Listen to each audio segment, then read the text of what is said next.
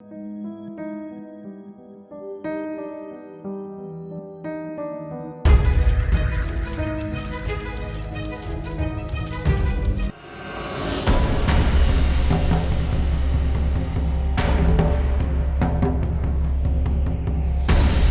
के साए फैल चुके थे। मदीना की तंग गलियों में मस्जिद ए नबवी की अजान गूंज उठी थी। हवा में खजूर और जैतून की महक थी। एक सादा सा घर जिसके आंगन में खुरदरी जमीन पर बिछा एक पुराना मगर साफ सुथरा कालीन था। एक बुजुर्ग औरत उम्मे सलीमा सफेद दुपट्टा ओढ़े झुकी कमर के साथ मिट्टी के चूल्हे के पास बैठी थी।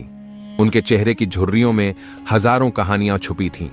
उम्मे सलीमा का बेटा हसन दिन भर की मेहनत के बाद घर लौटा था। उसकी जेब में सिर्फ एक दिरहम था और पेट में भूख की आग, मगर मां के सामने मुस्कुराते हुए बोला, अम्मी, आज बाजार में एक अजनबी से मिला था। उसने मुझे दुआ दी और कहा कि अल्लाह तुम्हारी रोजी में बरकत देगा। उम्मे सलीमा ने मुस्कुराकर बेटे की बात सुनी और अपने पुराने संदूक से आटे की एक छोटी पोटली निकाली। उसमें मुश्किल से 2 रोटियों के बराबर आटा था, मगर उनके दिल में यकीन था कि अगर नीयत साफ हो तो अल्लाह बरकत जरूर देता है। बिस्मिल्लाह पढ़कर गूंद बेटा, उन्होंने कहा। हसन ने जैसे ही आटा गूंदना शुरू किया, उसे महसूस हुआ कि आटा कम होने की बजाय बढ़ता जा रहा है। यह देखकर उसकी आंखों में हैरत की लकीरें उभर आईं। अम्मी, यह आटा तो खत्म ही नहीं हो रहा। उम्मे सलीमा ने तसल्ली से कहा, अल्लाह की रहमत है बेटा। रोटियां पक गईं और एक मीठी खुशबू पूरे घर में फैल गई। तभी दरवाजे पर दस्तक हुई। बाहर एक फकीर खड़ा था। अल्लाह के नाम पर कुछ दे दो बेटी। उम्मे सलीमा ने बिना हिचकिचाए एक रोटी उसे दे दी। हसन को थोड़ी फिक्र हुई। अम्मी, हमारे पास तो बस एक ही रोटी बची है। मगर जब उन्होंने फिर से कपड़ा हटाया तो देखा कि तवा पर 2 और गर्म रोटियां रखी थीं। हसन और उम्मे सलीमा की आंखों में आंसू आ गए। अगली सुबह हसन बाजार की तरफ निकला। वहां एक बूढ़ा तिजारती बैठा था जिसके पास तिल के हलवे और खजूरों से भरा एक थाल रखा था। हसन ने पास जाकर सलाम किया। बेटा, क्या तुम मेरे लिए यह हलवा शहर के एक अमीर सौदागर तक पहुंचा सकते हो? बूढ़े तिजारती ने कहा। हसन ने खुशी खुशी हामी भर ली। वह सौदागर के घर पहुंचा और देखा कि वहां भव्य दरवाजों के पीछे गुलामों की भीड़ थी। जैसे ही हसन ने हलवे का थाल सौंपा, सौदागर ने उसे देखकर मुस्कुराते हुए कहा, यही हलवा मेरी मां को बहुत पसंद है, चलो तुम भी इसे चखो। हसन ने जैसे ही हलवे का पहला निवाला खाया, उसके दिल में एक अजीब सी राहत महसूस हुई। सौदागर ने उसकी ईमानदारी से प्रभावित होकर उसे कुछ अशरफियां इनाम में दी। हसन दौड़ता हुआ घर पहुंचा और अम्मी को वह इनाम दिखाया। उम्मे सलीमा ने अशरफियों को देखकर सुजदे में गिर पड़ी। या अल्लाह, तेरी रहमतें अनगिनत हैं। उस रात जब हसन सोया तो उसने एक अजीब ख्वाब देखा। उसने देखा कि एक सुनहरी रोशनी से नहाया हुआ दरवाजा उसके सामने खुल रहा है और अंदर से एक आवाज आ रही है, बरकत की राह पर बढ़ते जाओ। वह घबराकर जागा और अपनी मां को यह ख्वाब सुनाया। उम्मे सलीमा मुस्कुराईं और बोली, बेटा, यह अल्लाह का इशारा है कि हमें सब्र और शुक्र के साथ इस रास्ते पर चलना है। कई दिनों बाद हसन को बाजार में एक औरत मिली जो रो रही थी। क्या हुआ बहन? हसन ने पूछा। मेरा बच्चा बीमार है और मेरे पास दवा के पैसे नहीं हैं, वह सिसकते हुए बोली। हसन ने बिना कुछ सोचे अपनी अशरफियां उसे दे दी। जब वह घर लौटा तो उसकी मां ने कहा, बेटा, तुमने बहुत नेक काम किया, अल्लाह तुम्हें और देगा। और फिर वही हुआ। अगले ही दिन एक अनजान शख्स ने हसन को ढेर सारे सोने और चांदी के सिक्के दिए और कहा, यह तुम्हारे अच्छे कामों का इनाम है। हसन और उम्मे सलीमा की आंखों में फिर आंसू आ गए। अब हसन की जिंदगी बदलने वाली थी, लेकिन क्या वह इस बरकत की हिफाजत कर पाएगा? अब हसन के पास पैसे आ गए थे, मगर यह असली इम्तिहान था। अमीरी इंसान को घमंडी बना देती है। उम्मे सलीमा ने हसन को समझाया, बेटा, बरकत उसी के हिस्से में आती है जो सब्र करता है और शुक्र अदा करता है। अगर तू इस दौलत को सही राह में लगाएगा तो बरकत और बढ़ेगी। हसन ने अपने पैसे से गरीबों के लिए खाना खिलाना शुरू किया, मगर जैसे जैसे वह लोगों की मदद करता गया, उसकी जेब में पैसे बढ़ते गए। यह देखकर हसन को हैरत होती थी कि जितना वह देता है उससे ज्यादा वापस आता है। एक रात दरवाजे पर दस्तक हुई। हसन ने दरवाजा खोला तो देखा कि एक अजनबी खड़ा था। वह बोला, बेटा, क्या तुम मुझे पनाह दोगे? हसन ने बिना कुछ पूछे उसे अंदर बुला लिया। वह अजनबी बहुत थका हुआ लग रहा था। हसन ने उसे खाना दिया। खाना खाते ही उस शख्स की आंखों में आंसू आ गए। उसने कहा, बेटा, तूने आज अल्लाह के एक नेक बंदे की मदद की है, अल्लाह तुझे और बरकत देगा। सुबह जब हसन उठा तो वह शख्स गायब था, मगर उसने एक चिट्ठी छोड़ी थी जिसमें लिखा था, जो अल्लाह के रास्ते पर चलता है उसे दुनिया और आखिरत दोनों में बरकत मिलती है। अपने दिल को साफ रख और दूसरों की मदद करता रह। हसन ने वह चिट्ठी अपनी मां को दिखाई। उम्मे सलीमा ने मुस्कुराकर कहा, बेटा, यह अल्लाह का पैगाम है, अब तुझे अपनी जिम्मेदारी और बढ़ानी होगी। क्या हसन इस बरकत की हिफाजत कर पाएगा या यह इम्तिहान और मुश्किल होगा? वह छत पर लेटा आसमान को देख रहा था। सितारों की चमक उसे उसकी नई मिली बरकत की याद दिला रही थी, लेकिन उसके दिल में एक सवाल बार बार उठ रहा था, क्या यह सब महज इत्तेफाक था या फिर कोई बड़ा इम्तिहान? सुबह होते ही उम्मे सलीमा ने हसन को आवाज दी, बेटा, बाजार जाने से पहले एक बार मस्जिद जाओ और शुक्राना अदा करो। अल्लाह की दी हुई बरकत का हक अदा करना जरूरी है। हसन ने मां की बात को तस्लीम किया और वुजू करके मस्जिद की तरफ रवाना हो गया। मस्जिद ए नबवी के साए में पहुंचकर उसने 2 रकात नमाज पढ़ी और फिर अपने हाथ उठा दिए। या अल्लाह, मुझे इस बरकत का सही इस्तेमाल करने की तौफीक अता फरमा। मुझे गरूर और लालच से बचा और इस दौलत को नेक कामों में लगाने की तौफीक दे। जैसे ही वह मस्जिद से बाहर निकला, उसके कदम खुद ब खुद बाजार की तरफ बढ़ने लगे। हसन को अब एक नया इरादा करना था। हसन अब पहले जैसा नहीं रहा था। अब वह सिर्फ अपनी रोजी कमाने नहीं जाता था, बल्कि उसने ठान लिया था कि जो भी मुनाफा कमाएगा उसका एक हिस्सा गरीबों और जरूरतमंदों को देगा। उसने अपने लिए एक नई दुकान किराए पर ली और उसमें सबसे बढ़िया किस्म के खजूर, जैतून का तेल और मिस्क की शीशियां रखीं। धीरे धीरे उसकी दुकान मदीना के सबसे नामी दुकानों में शुमार होने लगी। लोग उसकी ईमानदारी और बरकत से भरी सौदेबाजी की मिसालें देने लगे। लेकिन हर इम्तिहान आसान नहीं होता। बाजार में एक और व्यापारी था, जुबैर। वह हसन की बढ़ती शोहरत से जलने लगा था। जुबैर हमेशा से ही लालची और चालाक इंसान था। उसने हसन के खिलाफ साजिश रचने की ठानी। एक दिन जुबैर ने एक गरीब आदमी को पैसे देकर हसन की दुकान से माल चुरवाया और फिर लोगों के सामने यह अफवाह फैला दी कि हसन की दुकान पर चोरी का सामान बेचा जाता है। धीरे धीरे यह बात पूरे बाजार में फैल गई। एक दिन काजी साहब ने हसन को बुलाया और उससे सफाई मांगी। हसन ने सर झुकाकर कहा, काजी साहब, मैं अपने ऊपर लगे इल्जाम से इनकार करता हूं। आप खुद मेरी दुकान की जांच कर सकते हैं। काजी ने दुकान की तलाशी ली, लेकिन उन्हें कुछ भी गलत नहीं मिला। हसन की ईमानदारी साबित हो गई, मगर उसकी दुकानदारी को गहरा झटका लगा। लोग अफवाहों पर ज्यादा यकीन करते थे। हसन ने सब्र का दामन थामे रखा। उसने अपनी मां से कहा, अम्मी, मैं जानता हूं कि अल्लाह मेरे सब्र का इनाम जरूर देगा। उम्मे सलीमा ने अपने बेटे को गले लगाते हुए कहा, बेटा, यह सब इम्तिहान है। जो सब्र करेगा वही कामयाब होगा। अल्लाह की बरकत कभी किसी इंसान के छीने से नहीं जाती, बल्कि उसकी आजमाइश होती है। हसन ने फिर से धीरे धीरे काम शुरू किया। उसने न सिर्फ अपनी दुकान संभाली, बल्कि अपने इखलास और दुआओं के साथ ग्राहकों का भरोसा भी फिर से जीत लिया। लेकिन उसकी जिंदगी में अब एक और बड़ा इम्तिहान आने वाला था। एक रात दरवाजे पर दस्तक हुई। हसन ने दरवाजा खोला तो देखा कि एक अजनबी खड़ा था। वह थका हारा और भूखा लग रहा था। हसन ने उसे अंदर बुलाया, खाना खिलाया और उसे ठहरने की जगह दी। जब वह आदमी खाना खाकर आराम करने लगा तो उसकी आंखों में आंसू थे। हसन ने पूछा, भाई, तुम रो क्यों रहे हो? उस आदमी ने कहा, मैं तुम्हें पहचानता हूं। तुम हसन हो, जिसकी ईमानदारी और सखावत के चर्चे दूर दूर तक हैं। मैं एक सफर पर निकला था, लेकिन लुटेरों ने मेरा सब कुछ छीन लिया। अगर तुम मुझे पनाह न देते तो शायद मैं भूख से मर जाता।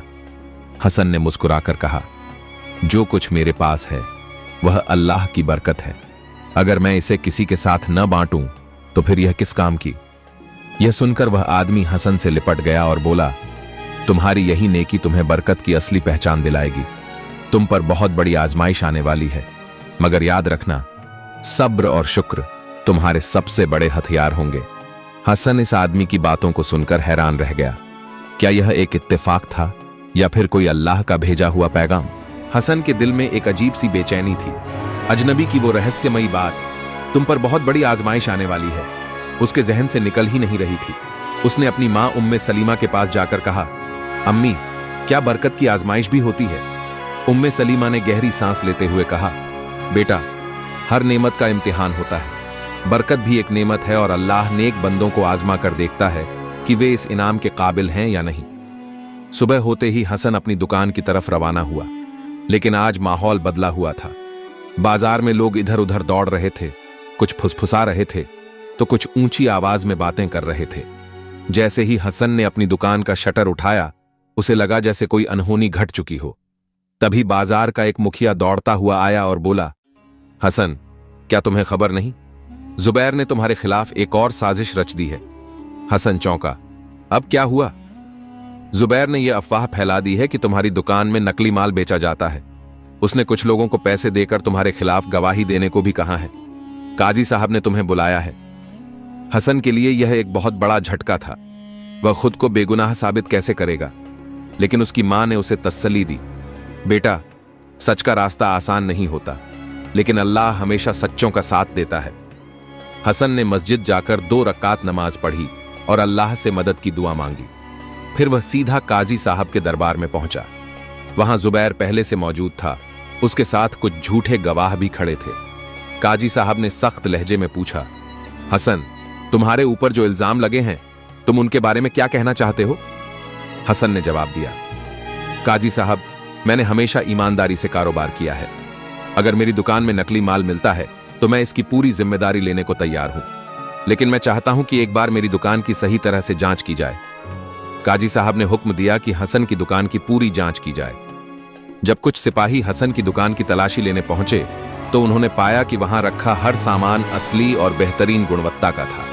काजी साहब ने जुबैर की तरफ गुस्से से देखा और कहा, तुमने एक नेक इंसान पर झूठा इल्जाम लगाने की कोशिश की, तुम्हें इसके लिए सजा मिलनी चाहिए। जुबैर का चेहरा फक पड़ गया। वह कांपते हुए बोला, मुझे माफ कर दीजिए, मैंने जलन में आकर यह गलती की। लेकिन हसन ने उसे माफ कर दिया और कहा, जो माफ करता है अल्लाह उसके लिए रास्ते आसान कर देता है।